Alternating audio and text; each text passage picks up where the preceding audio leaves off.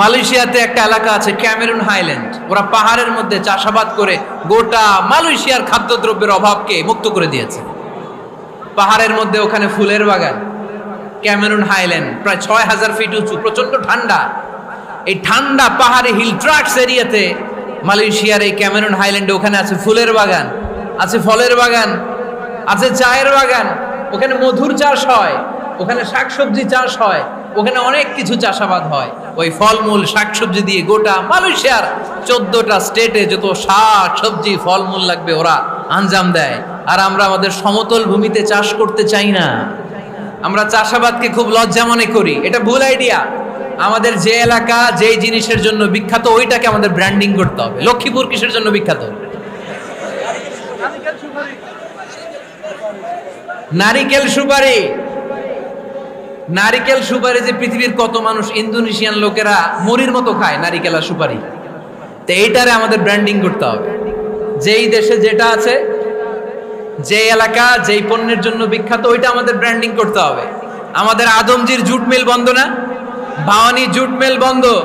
আমাদের পাট শিল্পকে ধ্বংস করে দিয়ে ইন্ডিয়া এখন ওই কটনের পাঞ্জাবি বানায়, জুট কটনের পাঞ্জাবি, আছে না নাই? পুরা বাংলাদেশের মার্কেট এই জুট কটনের পাঞ্জাবি দিয়ে সয়লাভ। আমাদের বাংলাদেশের পাট দিয়ে যদি আমরা মিহি পাঞ্জাবি বানাতে পারতাম, গোটা বিশ্ববাজারকে আমরা দখল করে নিতে পারতাম, ঠিক কিনা? এজন্য আমাদেরকে নতুন নতুন আইডিয়া জেনারেট করতে হবে। চাকরির পিছনে বসে থাকলে চলবে না। আর আজান যদি হয়ে যায় ছুটে যাব মসজিদে, আর নামাজ শেষ হলে আমরা আমাদের কাজের দিকে চলে যাব। চিল্লায় বলেন ঠিক কিনা? যেটাই করব আমরা ভালোভাবে করব। আল্লাহ বলেছেন লিয়াবলুয়াকুম আইয়ুকুম আহসানু আমালা। লক্ষ্মীপুরের ভাইয়েরা আওয়াজ করে উত্তর দেন, আওয়াজ করে উত্তর দিতে হবে। জান্নাতে যেতে হলে 100তে কত নাম্বার পেতে হবে? হ্যাঁ, হয় নাই 51। কি নাম তোমার? হ্যাঁ, ফরহাদ। জান্নাতে যেতে হলে 100তে আমার দরকার 51। 100তে কত লাগবে?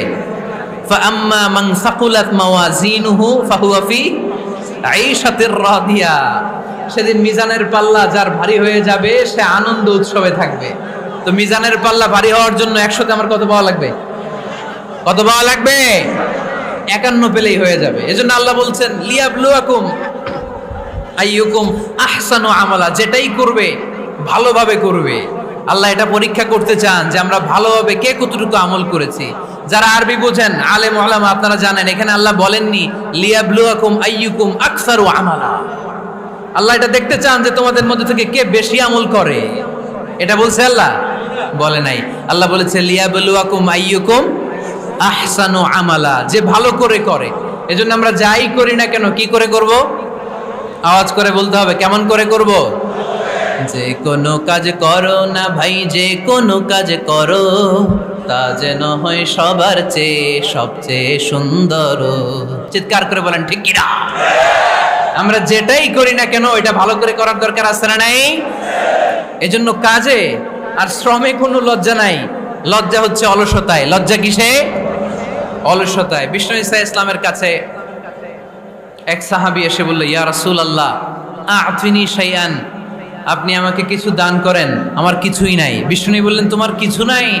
সাহাবী বললেন ইয়া রাসূলুল্লাহ ঘরে আমার শুধু 2টি জিনিস আছে। কয়টা? চিল্লায় বলেন কয়টা? এক হচ্ছে একটা জামা, 2 হচ্ছে পানি খাওয়ার একটা জগ। বিষ্ণু বললেন এই 2টাই নিয়ে আস। বিশ্বনবীর কথা শুনে ওই সাহাবী ঘর থেকে জামা নিয়ে আসলেন, পানি খাওয়ার জগ নিয়ে আসলেন। বিশ্বনবী সাল্লাল্লাহু আলাইহি ওয়াসাল্লাম ওনার মুবারক হাত দিয়ে এক হাতে জামা ধরে আরেক হাতে পানির জগটা ধরে সাহাবীদের দিকে উদ্দেশ্য করে বললেন, মাইয়াশতারি হাদাইন, এই 2টা জিনিস কেনার মতো কে কে আছে দেখি? কয়েকজন হাত তুললো। বিশ্বনবী বললেন কত দিয়ে কিনবা? এক সাহাবী বলে ইন্নী আশতারিহিমা বিদিরহাম। ও নবী, যদিও এগুলো আমার দরকার নাই, কিন্তু আপনি যেহেতু নিলামে ডাক তুলেছেন, ইয়া রাসূলুল্লাহ ইয়া হাবিবাল্লাহ, আপনার সম্মানে আমি 1 দিরহাম দিয়ে 2টা জিনিস কিনে নেব। 1 দিরহাম, একটা জামা, একটা পানি খাওয়ার জগ, দাম কত? 1 দিরহাম। বিশ্বনবী বললেন না না, 1 দিরহাম তো অনেক কম হয়ে যায়। মাইয়াজিদু আলা যালিক, এর চেয়ে বেশি দামে কে কিনবা? আরেক সাহাবী হাত তুলে বলতে লাগলো, ইয়া রাসূলুল্লাহ, ইয়া হাবিবাল্লাহ, ওয়া ইন্নী আশতারিহিমা বিদিরহামাইন। আমি এই জামাটার পানি খাওয়ার জগটা 1 দিরহাম নয় 2 দিরহামের বিনিময়ে কিনতে চাই। বিষ্ণু ইসা ইসলাম ওই সাহাবাকে দিয়ে দিলেন। দিয়ে 2 দিরহাম নিয়ে যে লোকটা ভিক্ষা করতে এসেছিল তার হাতে 2 দিরহাম দিয়ে বললেন, যাও 1 দিরহাম দিয়ে ঘরে খাবার কিনে দিয়ে আসো, আরেক দিরহাম দিয়ে একটা কুঠার কিনে নিয়ে আসো। শুনতেছেন? কি কিনে নিয়ে আসো? কুঠার দিয়ে কি করে? গাছ কাটে। ওই সাহাবী কুঠার কিনে নিয়ে আসার পরে বিশ্বনবী নিজ হাতে কুঠারের মধ্যে একটা কাঠের হাতল লাগাই দিলেন, আল্লাহু আকবার, আর বললেন, লা উরিদু আন আরাকা 15 আইয়াম। এই কুঠার নিয়ে জঙ্গলে যাও, গায়ে অনেক শক্তি আছে, কাঠ কাটো, এই কাঠ কেটে বাজারে বিক্রি করো, সামনের 15 দিন যেন আমি আমার চোখের সামনে তোমার না দেখি। বিশ্বনবীর পরামর্শ অনুযায়ী কুঠার নিয়ে ওই সাহাবী জঙ্গলে চলে গেলেন। কাঠ কেটে বাজারে বিক্রি করতে করতে 15 দিন পরে 10 দিরহাম নিয়ে বিশ্বনবীর দরবারে হাজির হয়ে গেলেন। বিশ্বনবী বললেন, লা আইয়াহতাতিবা আহাদুকুম হুজমাতান আলা যাহরিহি খায়রুম মিন আইয়াসআলা শাইআন ফায়ু'তিয়াহু আও ইয়ামনাহু। যাদের গায়ে শক্তি আছে তারা ভিক্ষা না করে কাঠ কেটে পিঠে সেই বোঝা নিয়ে বাজারে বিক্রি করা অনেক ভালো। কারণ কারো কাছে যদি তুমি হাত পাতো, সে দিতেও পারে, নাও দিতে পারে, আর কষ্ট করলে কষ্ট কোনোদিন বৃথা যায় না। চিল্লায় বলেন ঠিক কিনা? বিষ্ণু ইসা ইসলামের অনুপ্রেরণায় এই সাহাবা অল্প কিছুদিনের ব্যবধানে স্বাবলম্বী হয়ে গেলেন। What is the moral of the story? বিশ্বনবীর এই প্রফেটিক স্টোরি থেকে আমাদের কি শিক্ষা? লেসন নাম্বার 1, বিশ্বনবী চাইলেই ওই 2 দিরহাম দিয়ে বলতে পারতো, যাও খাবার দাবার কিনে ফ্যামিলিতে দিয়ে আসো। সে ওই 2 দিরহাম নিয়ে খাবার দাবার কিনে ফ্যামিলিকে খাইয়ে রাত্রে আবার ভিক্ষায় নামতো। কথা কন? রাত্রে কি করতো? ভিক্ষায় নামতো। বিষ্ণু ইসা ইসলাম তাকে কাজ করে খাওয়ার জন্য উৎসাহ দিলেন। পাশাপাশি বিষ্ণু ইসা ইসলাম পার্মানেন্ট সলিউশন দিলেন। এজন্য পার্মানেন্ট সলিউশনের ব্যবস্থা করতে হবে। অনেকে আমরা যাকাত দেই, জাকাতের শাড়ি দেই, জাকাতের লুঙ্গি দেই, আছে না নাই? লক্ষ্মীপুরে এরকম দেয় নাকি? কি দেয়? হ্যাঁ, গাড়ি গাড়ি দেয়, শাড়ি না। জাকাতের শাড়ি, জাকাতের লুঙ্গি বলতে কোনো কথা ইসলামে নাই। এগুলো খুব কম দামি শাড়ি, যাদেরকে এগুলো দেয়া হয় তাদেরকে অপমান করা হয়, ঠিক কি না? আল্লাহ বলেছেন, ওয়ালাকাদ কাররামনা বানি আদম, I have dignified the status of the sons of Adam. আমি আদমের সব সন্তানদেরকে সম্মানিত করেছি। সুবহানাল্লাহ পড়েন। এজন্য জাকাতের শাড়ি দেয়া যাবে না, জাকাতের লুঙ্গি দেয়া যাবে না। জাকাতের শাড়ি আপনারা দেখছেন, এটারে একবার ধোয়ার পরে দ্বিতীয়বার পরা যায় না। মশারি কি পাতলা, এর চেয়েও পাতলা। এই জন্য জাকাতের শাড়ি, জাকাতের লুঙ্গি বলতে ইসলামে কোনো পরিভাষা নাই। আপনাকে স্বাবলম্বী করে দেওয়ার চেষ্টা করতে হবে। পরিশ্রমে লজ্জা নেই, লজ্জা অলসতায়। লজ্জা কিসে? আরো জোরে। নবীরা কি এমনি এমনি বসে বসে খাইছে? কঠিন পরিস্থিতিতেও নবীরা পরিশ্রম করে উপার্জন করা লেগেছে, ঠিক কিনা? সাইয়েদনা মারিয়াম আলাইহিস সালাম, যার নামে আল্লাহ তাআলা কোরআনে একটা সূরা দিলেন, উনি পৃথিবীতে এমন একজন মহিয়সী নারী, যেই নারীর গর্ভে, যেই নারীর পেটের ভেতরে স্বামীর স্পর্শ ছাড়া সন্তান দিয়েছে কে? সাইয়েদনা ঈসা আলাইহিস সালাম পেটে আসলেন। মারিয়াম আলাইহিস সালাম লজ্জা পেলেন। হায় হায়, কেমন করে এলাকাবাসীদের কাছে আমি আমার মুখ দেখাবো? বিয়ে করি নাই, স্বামী নাই, বিয়ে হয় নাই, স্বামী নাই, কিন্তু পেটে সন্তান চলে এসেছে। হায় হায়, এলাকায় কেমনে মুখ দেখাবো? লজ্জায় পড়ে মারিয়াম আলাইহিস সালাম এলাকা থেকে চলে গেলেন।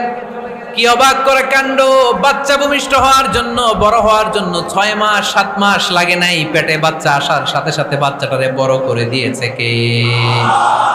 সাইয়েদাতুনা মারিয়াম আলাইহিস সালাম এবার বসে পড়লেন, বুঝতে আরম্ভ করলেন প্রেগন্যান্সির পেইন উঠেছে। হঠাৎ করে পেট থেকে বাচ্চা ভূমিষ্ঠ হয়ে যাওয়ার পরে উনি কাঁপতে আরম্ভ করলেন। ক্ষুধার চোটে খাবার কিছু নাই, সামনে ঝর্ণা, উপরে একটা খেজুর গাছ। সাইয়েদনা ঈসা আলাইহিস সালামকে কোলে নিয়ে মারিয়াম আলাইহিস সালাম মনে মনে ভাবে, হায় রে, কেউ যদি একটু খেজুর পেড়ে দিত, এই ক্ষুধার মুহূর্তে আমি খেজুর খেয়ে পেটের ক্ষুধা নিবারণ করতাম।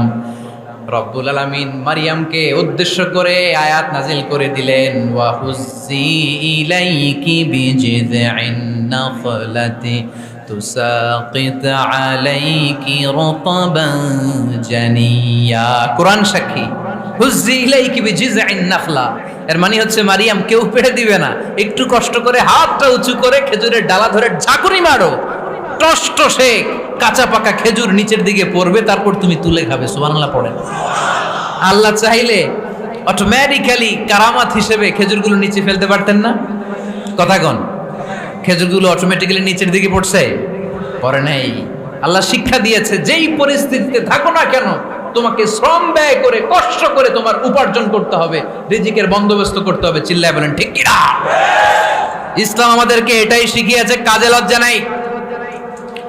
আবার বিশ্বনবী বললেন, ইন খামাতিস সাআ ওয়া ফি ইয়াদি আহাদিকুম ফাসিলাতুন, তোমাদের কারো হাতে যদি একটা চারা বীজ থাকে, সে যদি দেখে কিয়ামত হতে শুরু করেছে, ফাইন ইসতাতা আন ইয়াগরিসাহা ক্বাবলা আন তাকুমাস সাআ ফালইয়াগরিসহা, কারো হাতে একটা চারা বীজ নিয়ত করেছে, চারা বীজটা রোপণ করবে, ইন দ্য মিন টাইম দেখলো কিয়ামত হতে শুরু করেছে, বিশ্বনবী বললেন যদি তোমার সুযোগ থাকে কিয়ামত হওয়ার আগে চারা বীজটা রোপণ করে দাও।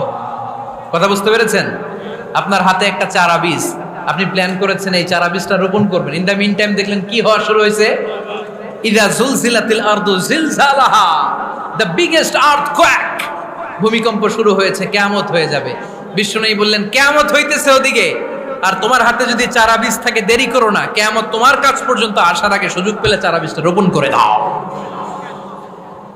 ইসলাম শিখিয়েছে শেষ নিঃশ্বাস পর্যন্ত তোমাকে লড়ে যেতে হবে। এই পৃথিবীতে কেউ কাউকে জায়গা করে দেয় না, জায়গা করে নিতে হয়। এই পৃথিবীটা, the life is not a bed of roses, এটা ফুল বিছানো কোনো ফুল সজ্জা নয়, এটা কণ্টকাকীর্ণ। কেউ আপনার স্পেস করে দিবে না, কেউ আপনাকে সুযোগ করে দিবে না, কেউ আপনার জায়গা করে দিবে না, বরং আপনি জায়গা করে নিলে টাইনা নিচে নামাবে। কথা বলেন? এজন্য কখনো অলসতাকে স্থান দেয়া যাবে। রাসূল বাত্তালি দুক্কানু শয়তান, অলস মস্তিষ্ক শয়তানের আড্ডা। অলসতাকে আমরা কি বলবো? আওয়াজ করে বলতে হবে, অলসতাকে কি বলবো আমরা?